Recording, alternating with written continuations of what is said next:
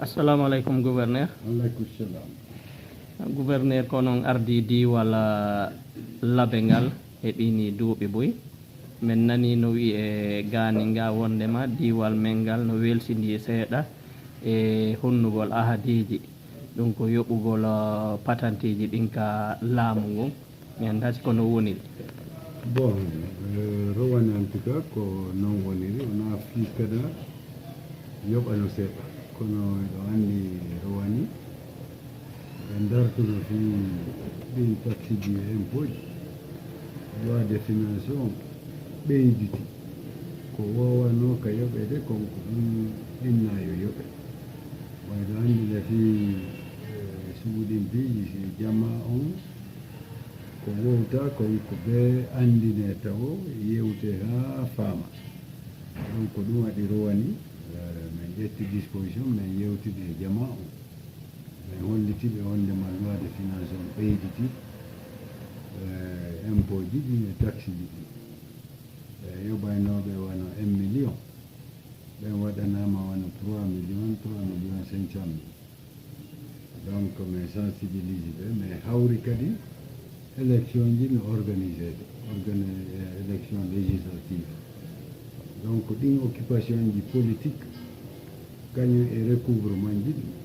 e jamamo mara tellement expérience mum taw tellement politique o no waɗi ɗum ɗon sartirimi seeɗa de sorte que e golle ɗen waɗaka no wawira waɗirede noon e tamaw mon ko jama on sali yoɓude ka ko hananoɓe ƴantude ɗe woni yaltali ƴante bon yaltoɓe ɓen yaltuno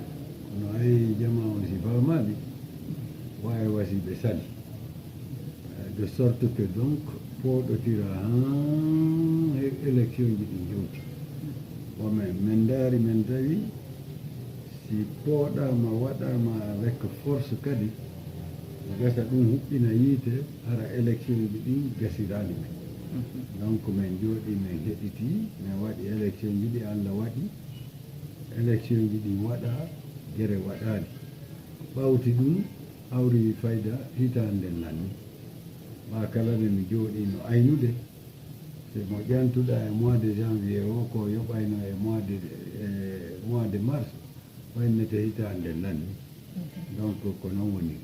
cippude ɗum haray ko jilu tigi tigi diwal ngal jogani laamu ngun ko fewti konko yoɓaka ɗon non tigi ɗum ɗon mi annda haray ko préfet ɓe nganndi ɗum ɗon nam haray noon musidɓe men mbuy no suuti on fewndo ɗo ka télévision tabalde tv ɗo haray kon ɗum marɗon ko toroɗon ɓe ko fewti e teddingol sariyaji ɗin e sufaɗimpiiji mo sufaɗinti hikka tigi ɓen yiitidi kadi par ce que ministére on kadi ƴetti pehe ɓamin hendike kaydiji ɗi min yiitidi e njulaɓe e gowa commune o préfecture ji ɗi préfet ɓen jowo harno ɗo directeur impôt ɓe ɓen jowno ɗo inspecteur impôt harino ɗo min yewtidani min hollitiɓe awa hino feccanama en kadi ɗum ɗo kala ko duwa yoɓude ko hollita jama o min tori commerçant ɓe ɓen yoɓe yoɓu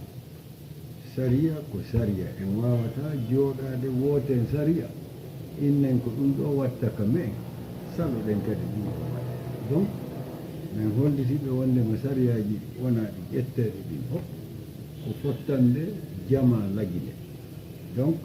si tawi ɓeya yoɓay enen kadi yoɓe ko taɓeya yoɓu enen innen en yoɓata nden ñanden ɗo min haldi min fotti wondema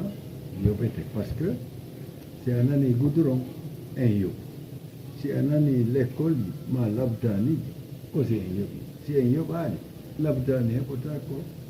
goudron heɓota ko hay menen gollayɓe ɓe fonctionnaire ɓe ɓe kara han joddi amin heɓorta donc mi sikki hande ka wonɗen ɗo julaɓe faami jamaji ɗi faami en tout cas meɗen tanƴini hikka wa'ata waroni on jarama o albarka